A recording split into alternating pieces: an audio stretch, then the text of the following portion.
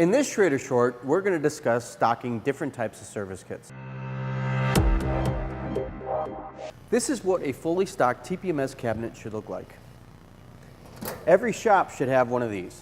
When you select that specific make, model, and year that you're working on in your catalog, you want to ensure that you have that service kit in stock. For instance, the 20018. We're going to pull it down. We're going to make sure that we have that service kit in stock and it's ready to go. Now, let's take a deeper look into service kits. Here are 4 different types of service kits that I'd like to talk about. First is a fixed angle design, where the stem and the enclosure are all one piece. You can service just the components.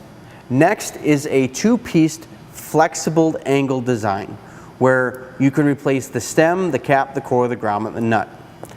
Next is a 2-piece fixed angle design where you can replace the entire stem. We've installed a 34,000 valve on this one. Lastly is a 2-piece fixed angle design where you can replace just the stem. This stem we've installed a 20018 valve. That valve also can get installed on OE sensors and other OER sensors out in the marketplace.